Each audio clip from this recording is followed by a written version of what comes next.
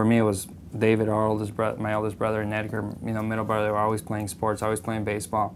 My dad played baseball. My mom took us everywhere we needed to go for practices or games. And by the time I came around, everybody was already engulfed in baseball, so there's nothing you can do but continue that tradition and then just love the sport because of it. Me and Adrian always would play wiffle ball in our backyard, and we had a batting cage in our backyard growing up, and we used to play wiffle ball. And every single time we would play, when I would beat him, he'd start crying, and he would hate me beating him. But that's funny because he's my younger brother. He's 4 years younger than me, and usually a younger brother will say, oh, okay, he beat me, he's older. But he wouldn't take as me being older as an excuse to not me beating him. He would go on his own and practice during times that I wouldn't be looking at him to try to get an edge on me, to try to go ahead and try to beat me. So that was his competitive nature. I knew that if he practiced 2 hours and I practiced 3, I could eventually catch up. So, always trying to do more than the people around me. Go, go, go, go, go. Balls to the feet. Oh boy, Art. He's a really competitor. Doesn't say he's competing, but he really is inside.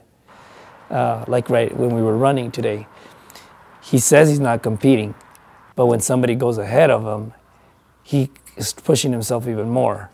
I would say I'm even-keeled in the sense where, they're not going to see me get too excited about a win or, certain things that might excite other people.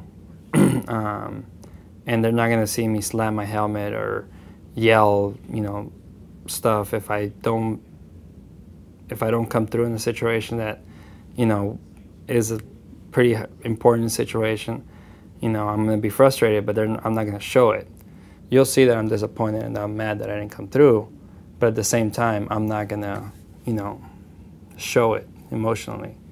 For me, God is number 1, my family is number 2, baseball's number 3, and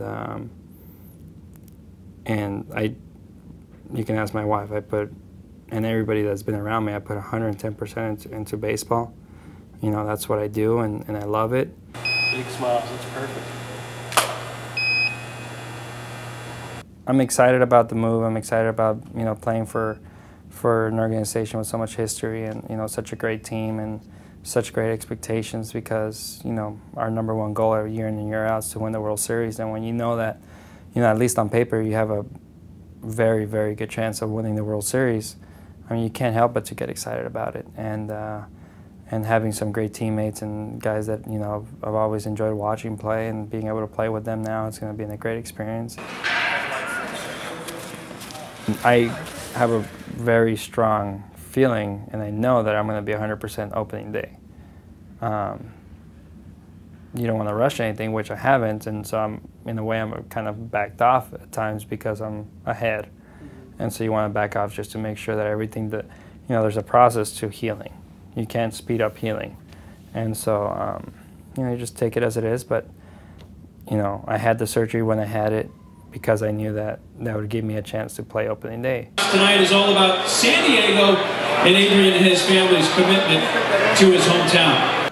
I'm sad to leave San Diego because I love it here so much, but at the same time, I'm very, very anxious, excited, and kind of gearing up for playing, putting on the Red Sox uniform.